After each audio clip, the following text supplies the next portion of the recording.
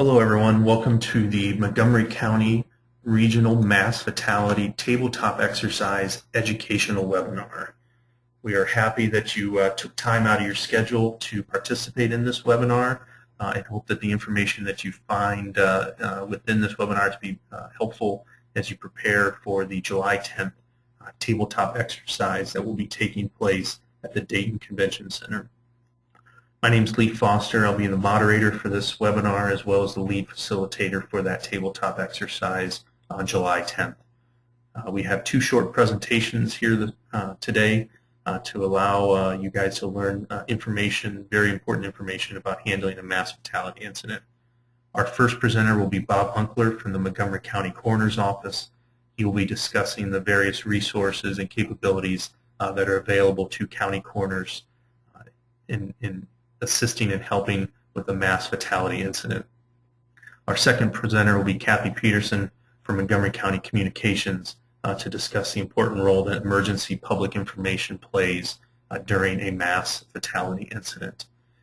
With that, I'm going to provide Bob Hunkler with the presentation controls.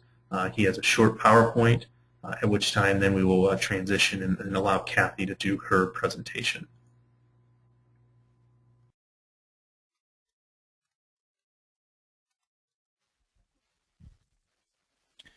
Good morning. This is Bob Hunkler. Good morning. This is Bob Hunkler, Montgomery County Coroner's Office. I'm one of the investigators, and today I'm going to talk about mass fatality incident management training. Are you ready? If you received a cell phone call right now telling you that there were 50 deaths in an incident in your jurisdiction, do you know how you would handle it? Today I'm going to talk about definition of mass fatality. I'm going to talk about mass fatality incident response. Talk about different funding, resources. Talk about the importance of exercises and the exercises that we're about to conduct. And we're going to talk about NIMS training. First, definition.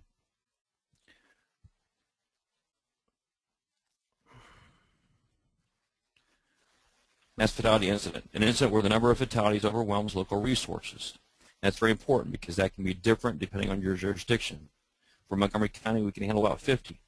But that's because of the resources that we have and the facilities that we have. For some jurisdictions, it may be 5, it may be 10. And it depends on your jurisdiction. That is something that needs to be determined by you as the coroner. Different types of mass fatalities can be from natural disasters, chemical, biological, radiological, nuclear, explosive, incendiary. Different transportation incidents can result in a mass fatality. Terrorist incidents, a mass murder situation. Epidemics are something that have to be considered. Building-related mishaps where you have a collapse of a structure, or industrial incidents where you may have a release of chemicals. Mass fatality incident response plans are absolutely crucial to making sure that you have a guideline in which you're going to use to handle your incident response.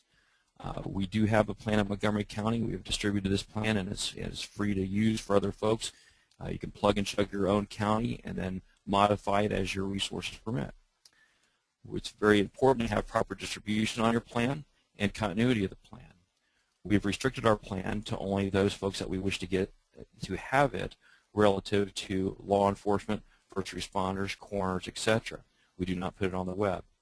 Coordination is a must for mass fatality incident response plans to make sure it's coordinated amongst your local teams and resources to make sure that everybody's on the same sheet.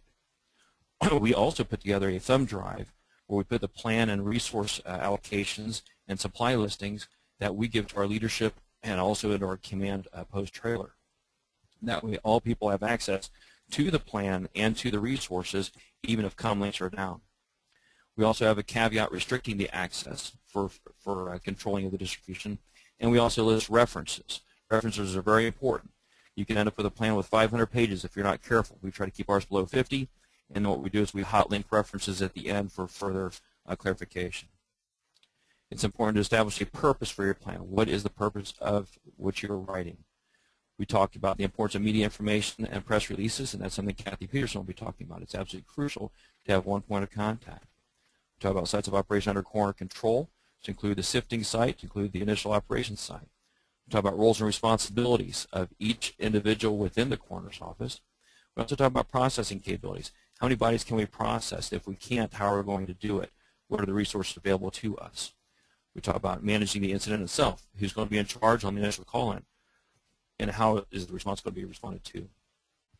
We talk about common procedures for our employees and what their expectations are. We talk about scene investigation, how we're going to document that scene, how we're going to collect evidence, and how we're going to go ahead and do our grids.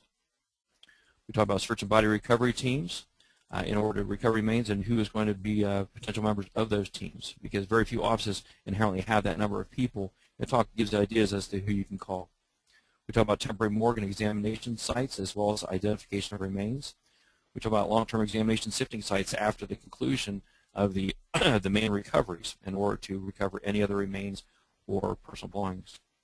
We talk about the importance of the Family Assistance Center, who handles that and what's involved with that, along with the coroner participation relative to talking to family members and getting the information relative to antemortem data so that we can help make those identifications.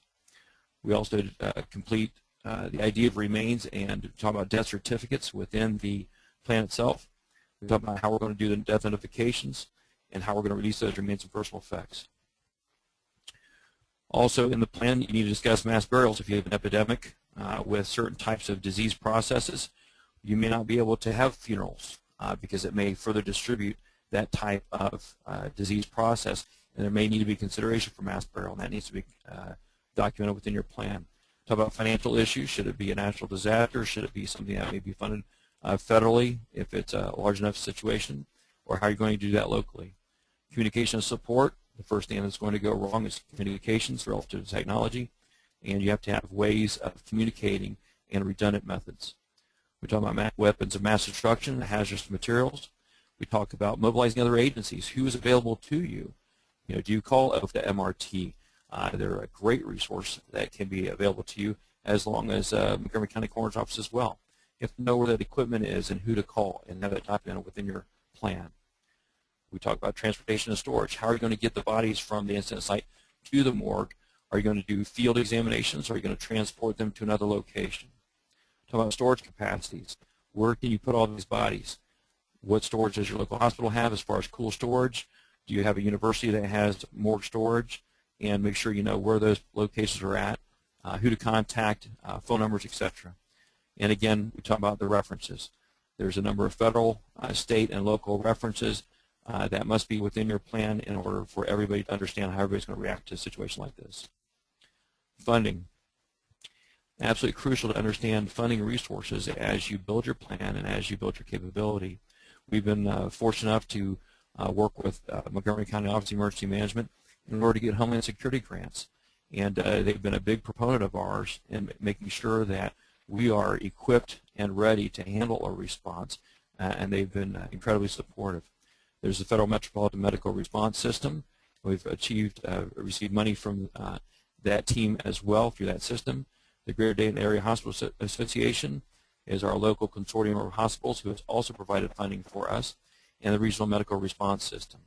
All of these entities are systems and agencies that have assisted Montgomery County and helping us achieve a capability that we did not previously have. Resources. It's important to know what resources you have, whether locally or folks that you can call. It's important to have your equipment listing. We're fortunate in Dayton. There's a remarkable system called the Emergency Resource Field Inventory. It is headed by the Montgomery County Office of Emergency Management, and in that is basically a disc where it lists all equipment from bulldozers to trucks to tents to lighting that is available through the entire county. Who to call, which agency, and their phone numbers. And we also have our coroner equipment on there as well in case another entity needs our items. They may not have fatalities, but they may need rapid setup generators and tent systems, and so our equipment is on there as well. It's important to make sure everybody knows what you have and what they have in order to respond. Nobody can have everything that you need. It's just physically impossible.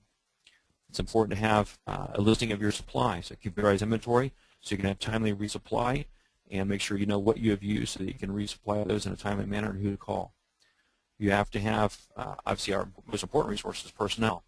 We have a one-call system at Montgomery County where we can do one recording and it'll call out to let our teams know who needs to come in, who should be on standby and who does not need to come in based on the situation.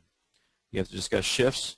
You have to get into volunteer issues. A few of us will have the number of resources necessary to process something like this. So you have to look at volunteers and other agency support. Some of the equipment at Montgomery County includes a command trailer, which is 28 feet long. We use it as a command post. Within it, we have multiple sets of supplies. We have communication gear. We have lighting. We have a 10 kilowatt generator.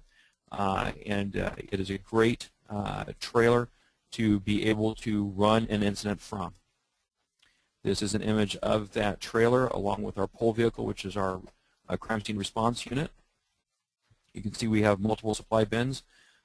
Each one of them is stocked the same, and then those are on rollers, and they're rolled on and locked into place for transport. You can see on the right side how they're locked in. There's that backboards on the left, and then there's a bank on the left where we've established chargers for radio systems as well as for lighting. We also have a deployable morgue. It's a 22-foot trailer. We have a 13 by 33-foot medium fatality management center. We have a 13 by 21-foot small fatality management center. And we have a HVAC system, a 3.5 ton, two of those 3.5 ton systems, along with a 20 kilowatt generator. We have hard flooring in order to roll carts, roll remains on carts, and we have lighting. We also have an ability to process in the field if we have to. We have a water line set up that can be attached to a water buffalo. If it's decided by the coroner to do field examinations, we can do 4 tables at a time. These are what the systems look like. The left side is the medium fatality, and the right side is the small fatality management centers. It's the inside of the medium. You can see the lighting at the top. You can see the hard flooring. The windows you can open or close relative to where you're at, because you may want to obviously limit visibility, but you also may want to create lighting situations. You can see that you can set up different types of stations. Here we have dental radiology and anthropology. You can set up sectioned off areas for autopsy if you wish. Here we have our autopsy suite sectioned off during an exercise. We also have 2 refrigerated morgue trailers. They're 18 feet long apiece. Each one will hold 18 sets of remains.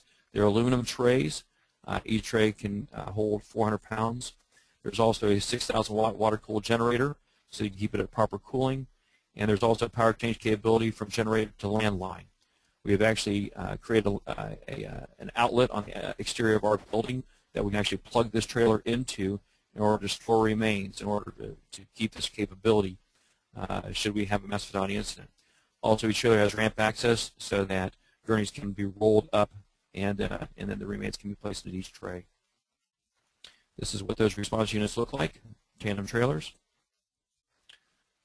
Exercise. Exercising your capability is absolutely crucial. Tabletop exercises are basically discussion scenarios. Functional exercises are when you're taking telephonic actions, where you get an input and you're actually calling entities to take telephonic actions. And the full scale is when you take physical actions. There's actually what's called the HC program from DHS. It's a Homeland Security Exercise Evaluation Program. It gives you a computerized capability of setting up your exercise and documenting your exercise. After your exercise, it's absolutely crucial to evaluate your exercise. There's no way it's going to go perfect.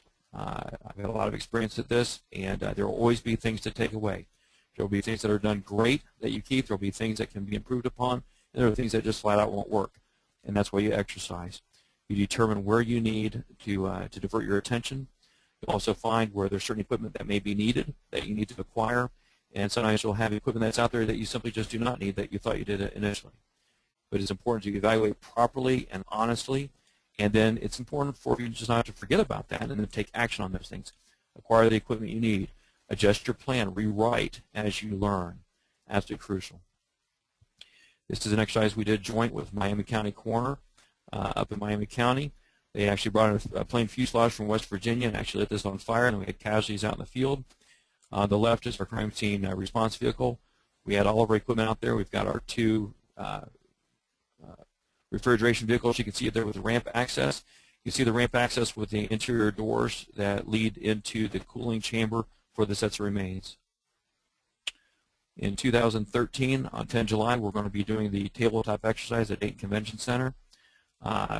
Preparation, if you're able to, would be the online NIMS courses, and I'll give a little bit of information a little bit later in this presentation.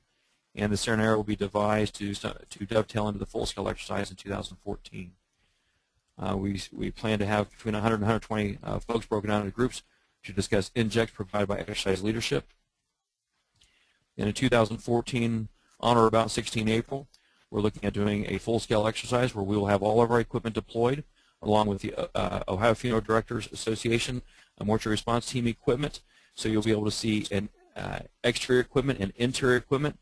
Their equipment is remarkable and is currently inside of a structure there at Calamityville at the National Center for Medical Readiness in Fairborn, Ohio. Preparation again will be the NIMS courses. We will break out into multiple working groups so that you can get familiar with the different equipment that is available to you from both OFTA MRT and Montgomery County Coroner's Office. And that way you see what is out there so that when you, hopefully you won't have to do this, but hopefully if you have a mass fatality, you'll have a better idea of what is available to you and who all you want to call based on your scenario. We also talk about retrieving remains and property and how to do proper gridding. Here are a number of the counties that are participating in the full-scale exercise. And here are some links to the NIMS training. There are 4 courses. Actually, there's more than that, but here are the ones that we would recommend. They do not take that long to do. There is an online certificate that is provided at the end, and it gives you familiarity for the system. And it's crucial because when you respond to one of these systems, this is a system that's going to be used by your fire and your law enforcement. And by understanding the acronyms and how things work relative to command at a scene, it gives you a leg up. It gives you an understanding that you would not otherwise have. I've put the approximate time to do these courses. If you're a fast reader, it'll take significantly less, but it gives you the hot links to the different systems, the introduction to incident command system, single resources, as well as the national response framework. Today I've covered the definition of mass fatality. We talked about mass fatality incident response planning and the different components of those plans. Talked about different funding systems that we use in Montgomery County to give you an idea of what you may look for within your own county. We talked about resources that we have that are available to you. We've talked about the importance of exercise, what's involved in exercise. It's specifically gone into a little bit of our tabletop in 2013 and the full scale in 2014. And then we've given you the hot links to NIMS training. If you're able to complete that, it will definitely give you an advantage. I thank you all for your attention. Again, I'm Bob Hunkler. Here's my phone number and my email should you have any questions or concerns. And I look forward to seeing you at the tabletop and the full scale. Thank you for your time. Well, thank you, Bob. Very valuable information and very timely and appropriate for our tabletop and full scale that's coming up here in the next 10 months or so. With that, I'm going to go ahead and change the presenter over to Kathy Peterson, allow her to be our presenter, and we will proceed with finalizing this educational webinar and make this available to our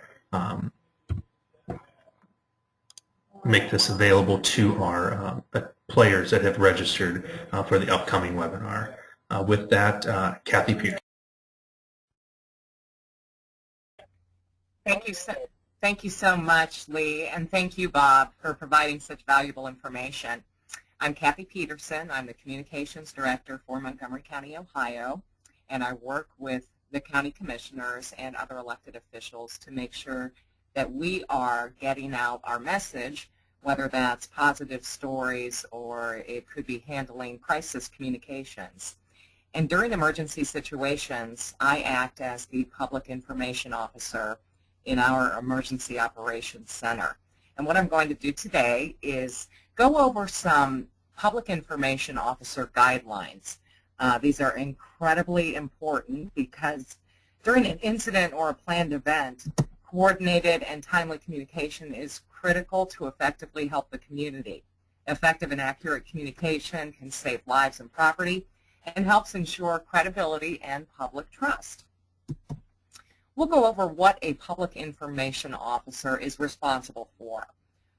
You can see on the screen here, communicating with the public, media, and or coordinating with other agencies as necessary with incident-related information requirements. Keep in mind that the public information officer is not necessarily the spokesperson during an event, Oftentimes, the spokesperson or spokespeople are authority figures. It could be the county coroner. It could be a police chief, a fire chief, or other elected officials. So keep that in mind. The PIO is responsible for developing and releasing information about the incident to the news media, the incident personnel, and other appropriate agencies and organizations. Now, depending on the size or complexity of the incident, a lead PIO should be assigned for each incident, and they may have assistance as necessary, including supporting PIOs representing other responding agencies or jurisdictions. Now, communicating with the public, media, and or coordinating with other agencies as necessary with incident-related information requirements. During an emergency response, the PIO gathers, verifies, coordinates, and disseminates accurate, accessible, and timely information on the incident's cause, size, and current situation, and what resources are committed. Now, all the information in the field must be cleared by the incident commander, obviously prior to the release, whether that's to the public or the people that are taking part in the emergency response. And chances are, on a mass fatality event, the county coroner is going to be a key player in that. Now, informing the public and additional audiences during an incident is an ongoing cycle, especially during an emergency response. Most likely, if it's a mass fatality incident, you will be a key source of information for the PIO as the county coroner. The PIO will work with you as well as others to determine what and when information should be released to the public and to others. Keep in mind that many county coroners' offices may not have a public information officer on staff. I know that we're all cutting back on our staffing and our budgets are pretty tight. However, there may be a PIO on staff in another county agency or department. This person may be designated as the PIO during an incident or a planned event. Now, if there's no one qualified within the county to act as a PIO, it may be necessary for the incident commander to reach out to neighboring counties or agencies to determine if a qualified PIO is available to assist during the incident or planned event. Now, this would not be unusual. For example, in 2011, you may remember 2 sheriff's offices in Ohio experienced separate tragedies with deputies who were killed in the line of duty. In both instances, the county sheriffs in those counties reached out to Montgomery County for assistance in providing a public information officer. And I traveled to each of those counties, it was Clark County and Warren County, to perform the PIO duties during these events. So keep that in mind. Check with your county departments and your agencies to determine if there is a public information officer on staff. You want to do that before any type of emergency. It's good to develop those relationships and find out what resources are available. And you want to develop a list of who could be contacted to act as a PIO during an incident. There's a little more information here about press conference coordination. During a mass fatality event or a other emergency, the county coroner will most likely be on hand. Now, you would be considered, an expert in your field when it comes to dealing with the media. These press conferences, the PIO coordinates those, and we usually like to set them up at designated times and locations because we like to keep the media corralled usually in one place. And by having the designated times for the press briefings, you don't have reporters calling you nonstop and doing separate interviews. As I mentioned, the press conferences bring together the experts to field those questions from the media. And prior to the press conference, the PIO will discuss possible questions and responses with those experts who are going to be present for the press conference. And the PIO will usually produce those talking points so that everybody is relaying the same message and there's no confusion as far as the media hearing one thing from one source and then hearing something else from another source. So we try to keep that message as controlled as possible. After an event, a mass fatality event, the PIO and the coroner, and there may be some other players, will continue to be in contact and provide updated information to the community and partners until needed. So keep that in mind that, our work doesn't end. So in conclusion, my best advice to you would be to develop relationships now and research the available resources that are out there that you and your office can have access to when you're responding to any event. And that's going to make your job that much easier, knowing who's out there to help you and what resources they have available. I will be present for the exercise, so I will be helping out as much as I can when it comes to public information guidelines. Thank you. Thank you, Kathy. Again, excellent, very important information that needs to be taken into consideration during any mass fatality incident. With that, that concludes our webinar for today.